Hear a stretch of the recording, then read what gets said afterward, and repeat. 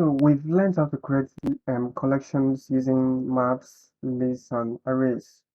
But what if we want to add a collection as an argument inside of a method?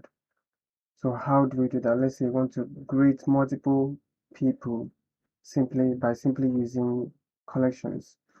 So to do that, I'm going to create a method called called greet. And this method I'll give it a body. So this method will take in two arguments. The first will be the greet itself, and this will be a type of string. The second argument will be the names of people I'm going to greet, and this will be a type of a list. And the items we'll be accepting will be strings. Now for the method body, I'm going to loop through everything inside of the list. So I'll say names dots for each like this, and inside it for each I'm going to print what I want to greet. So I'll use string templates here. So the first will be the greet, and then I want to greet the names. So this will be it like this. Now in our main method, what we want to do here is to create a list. So I'm going to use my val here, and this is going to be names. This is going to be a list of I'll give you the type of string, but as you know, the type doesn't really matter. But then let's put in the values. So this will be the first name will be Paul, the second name will be Mercy, and the third name here will be Peter. That is Peter. And the next thing I'm going to do is to call my method, which is called greet. So I'll call greet. Then the first argument I'm going to pass is the greet itself. So I want to say hello. And the second argument is expecting is a list. I'll pass in the names that I have here. So once I print this will print, but then I want to give it a space in between each item. So I'll come here and add a comma to each of them. So this will say hello Paul with a comma, and then Mercy with a comma. So I'll run the method now. Let's see. Yeah, so it says hello Paul, hello Mercy, hello Peter. There is a keyword in Kotlin called vararg. Vararg is used to represent a list of data or a nullable data. From the way I'm going to modify our function here to fit what I just explained now. So from the way I wrote this function, it's taking in two arguments, which means when it's being called, you need to pass in the two arguments. But what if you don't want to pass in the two arguments? If you delete one of the arguments out like this, you see that there is an error telling you that you need to pass in the second argument. But I don't want to pass in the second argument, so to do that, I will come here and say vararg like this, and the error goes away. And vararg also can represent a list of data. It can also work like a list. So instead of us using a list of strings like this, I'm going to take away the list like this, going to remove the list, and then it will just be a string variable type. So from there I can come in here and give it a name. Okay, so for example I can say Paul, but this is just a single value. But remember I told you that vararg supports multiple values. So I'll come here and put in another value like this. I'll say Mercy, and I'll say Peter, I'll say John. You can put in as much arguments, as much data as you want because of the vararg we use here. So with the vararg now, we don't need this string, so it still works as list. So I'm going to print this out to also see the result.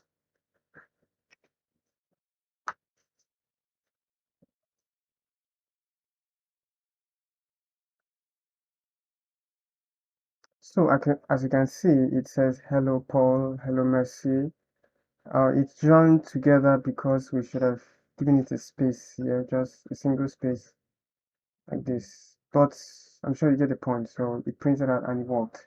So another thing, now let's say we are retrieving data from a network and we want to, instead of hard coding these values, we want to pass in an array here for it to print out.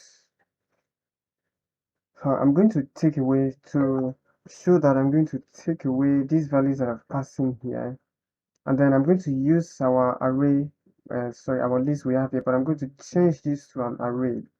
So I'll say array of. Now this is now an array.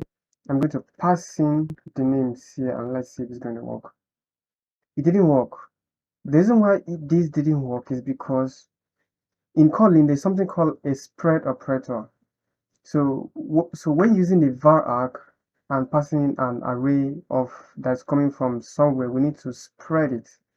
And the spread operator is just a star like this. So when you use a star like this prints out everything. I'm going to run this and let's see. So as you can see, it printed out everything. Let's talk about something called named arguments in Kotlin. As you can see, I have a function here called greet, and as you know, once I call this function, I need to pass in the argument, but then I need to pass this argument in the right order.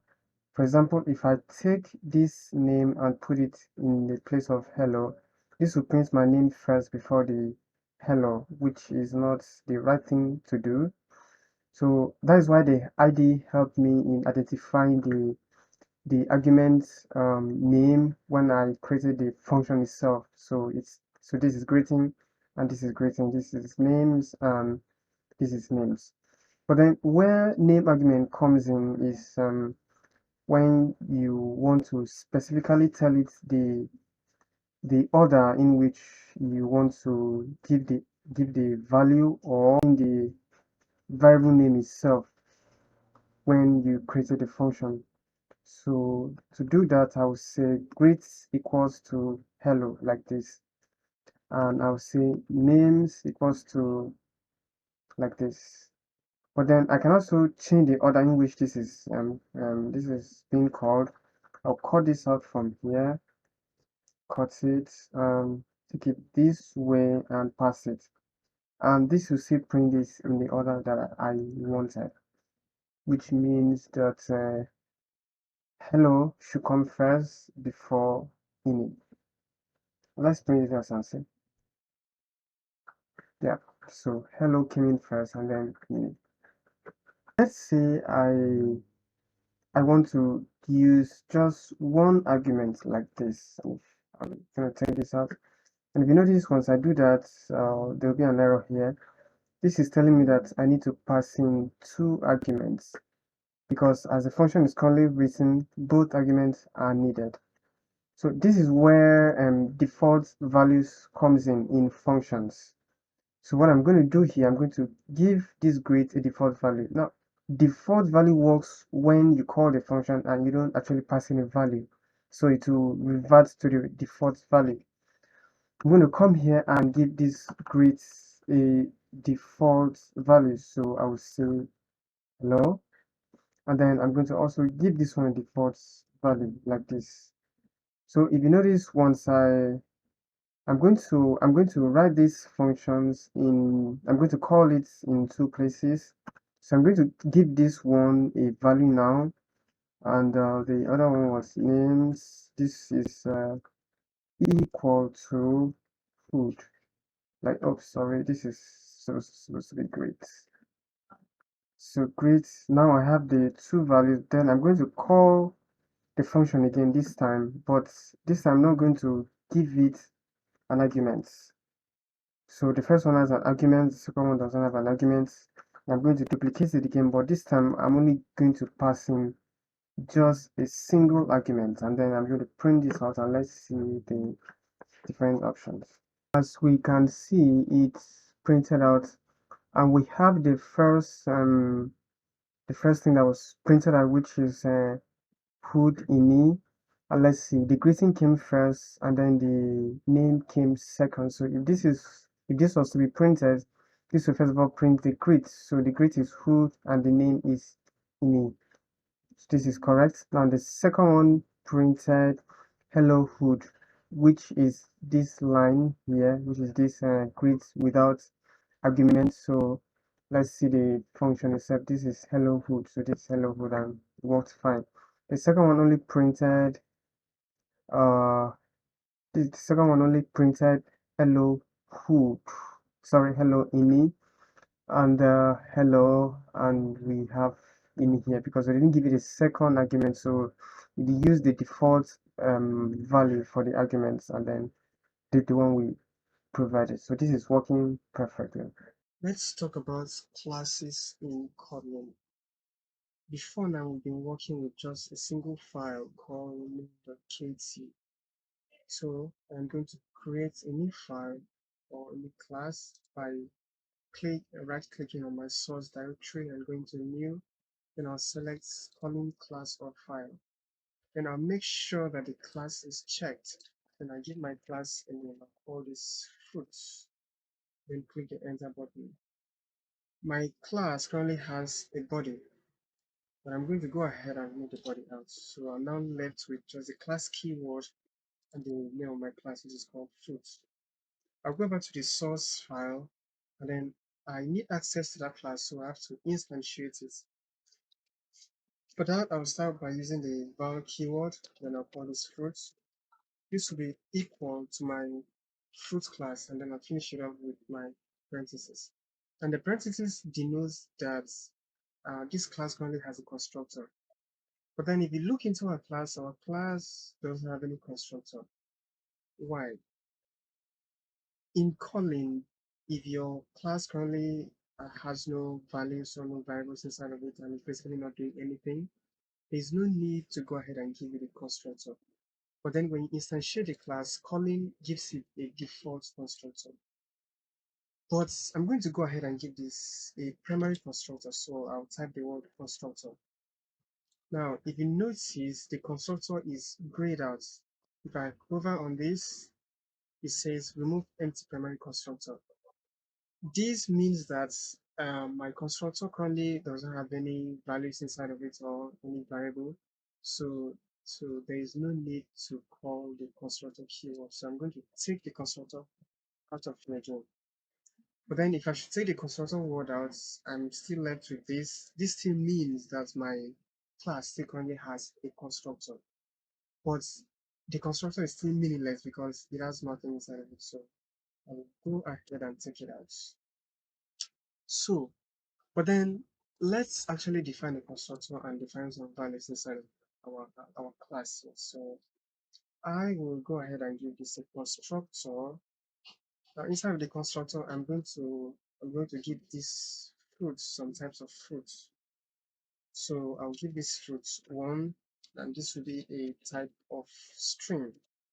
The second argument, I'm going to give this fruit 2, and this is going to be a type of string. Sorry about that.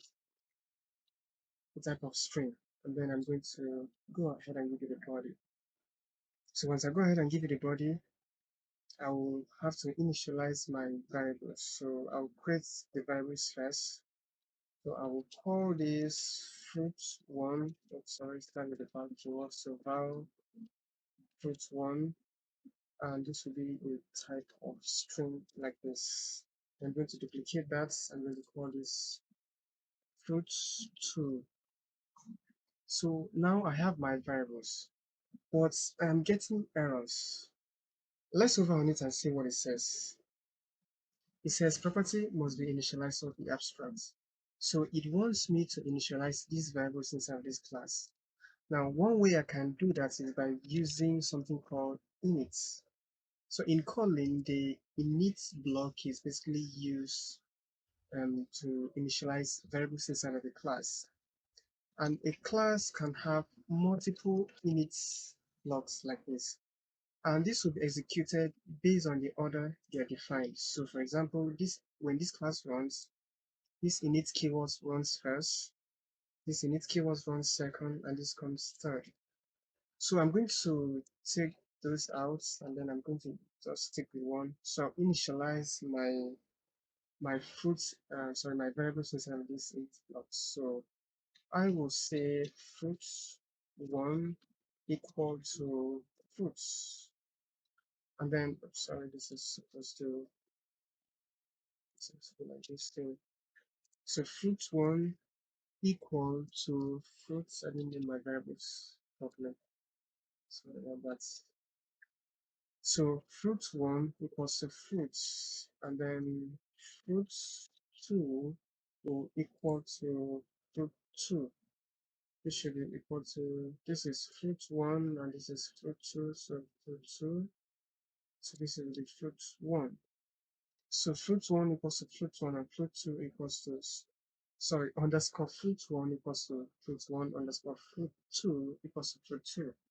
So I have initialized my variables inside of the init block now. As you can see, there are no more errors. But then our constructor, remember, has an argument. So if we take a look at our main .kt file, as you can see, it is telling us that no value passed for parameter fruit one. That is because we are not passing in any value inside of the constructor. But before we pass in values, let's come over here and finish up with this class first. Now, this is one way to initialize these variables inside of this class. Another way I can do this is going to take this out, and then I'll come over here and say equal to fruit one, like this. Then this will also be equal to fruit two. So this is another way I can initialize this. Now I'm going to go over to my main.kt file, and then I'm going to pass in those arguments. So for the fruit one, I am going to put in apple, and then for the fruit two, I will put in mango, like this. And then now I'm going to access each of these variables inside of this class from our main.kt file. So to do that, I'll say fruit dot fruit one, and I can also do fruit dot fruit two. Now in Kotlin, this is what we call property access syntax. Normally, if we were to write this in Java, we'll use something called getters and setters.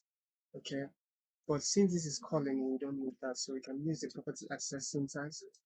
And I'm going to put this inside of the print statement like this to print this out. So this is fruit one. I'm going to put this inside of this. So this will be fruit two. And let's run this.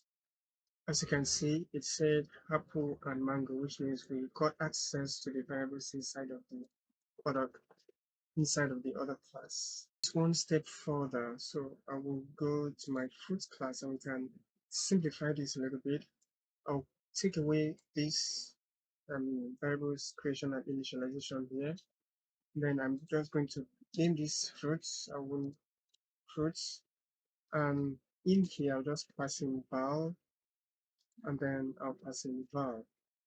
But these two variables are the same, that is why it's complaining. So I think I'll keep it with fruit one and fruit two. Now that that is done, I'll still go to my class, and as you can see, I just have to take out the underscore there.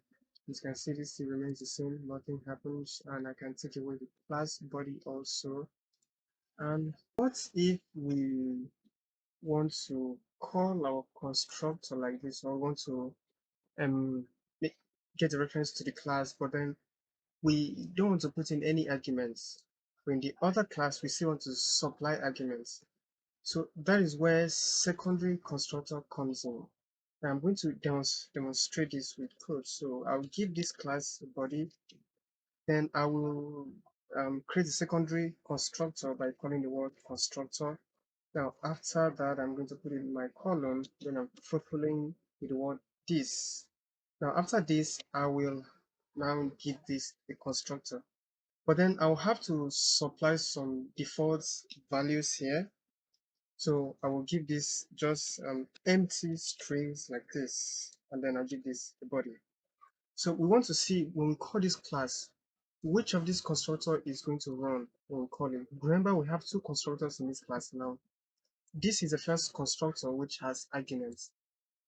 This is the second constructor which has, well, some default arguments. Now, just for fun, we are going to also call the init block, and we want to see how this init block is going to run when we call the code. So I'm going to have two init block here. Now for each one, I'll put in a print statement. So this is going to be init1, and then the second one is going to be init2. Then the constructor is just going to be the constructor itself. So I'll say constructor. So this is the secondary constructor and this is the primary constructor. So we want to see which of these will run first when we call the class. Now, as this class currently is, I'm going to remove this print statement out of here, take that out, and then I'm going to just call the property access syntax. So this will be fruit.fruit1 and fruit.fruit2.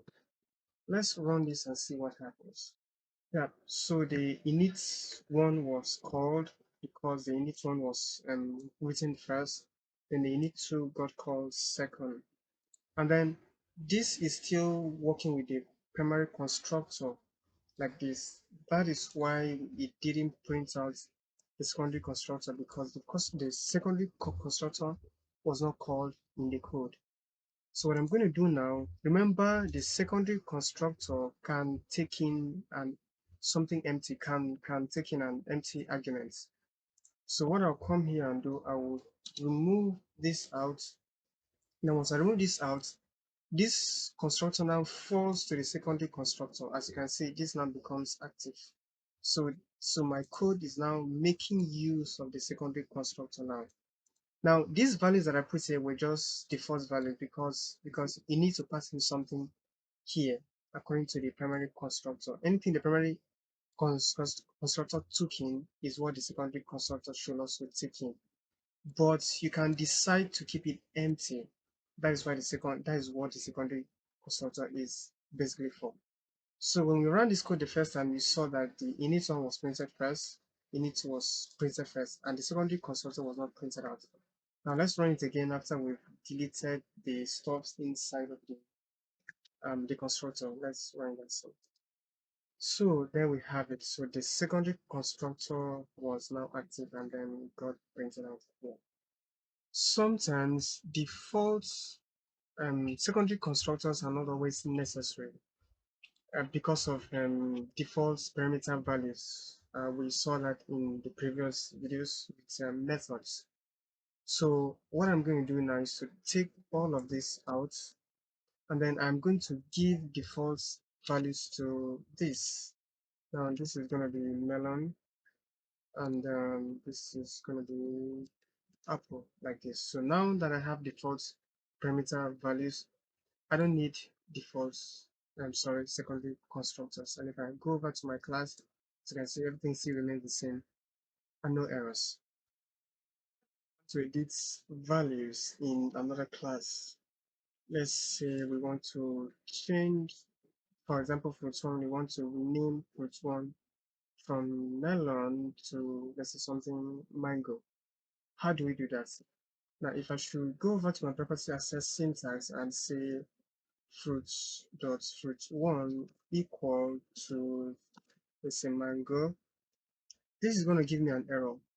The reason why this is giving me an error, the reason why this will give me an error is because of our variable type here is immutable, which means the value cannot be changed. But now let's define another fruit and then change the value. So I'll say var, this will be equals to fruit3, and this will be a type of string, and the value will be null. But then I'm going to make this a nullable string now. So if I should go over to the class, my main.kt file, then I'm going to take this out. So this time I'll say fruit.fruit3, as you can see, I now have access to it. So fruit.fruit3, and I'll say equal to mango like this.